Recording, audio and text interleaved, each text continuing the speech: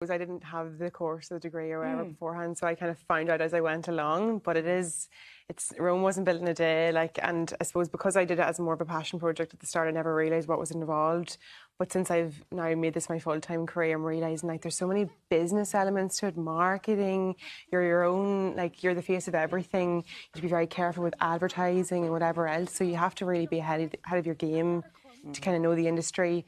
I've learned as I've gone along, and I've got burnt a few times, but I'd say with a course like that, you might be able to be a bit more prepared, I suppose, for because it's important to say, a lot of people might go, this is the most frivolous thing, influencers, the actual state of them, but you've left your job as a teacher. This is your full-time job now. I know. Who would have thought I could make a career out of Louis Walsh and Tommy Bow? But that, yeah. They can do it, so can you. It was definitely a big plunge, that one. I'm from Monaghan, and I suppose it's quite a small town. People are like, oh, leaving the teaching for the social media. I'm on that myself.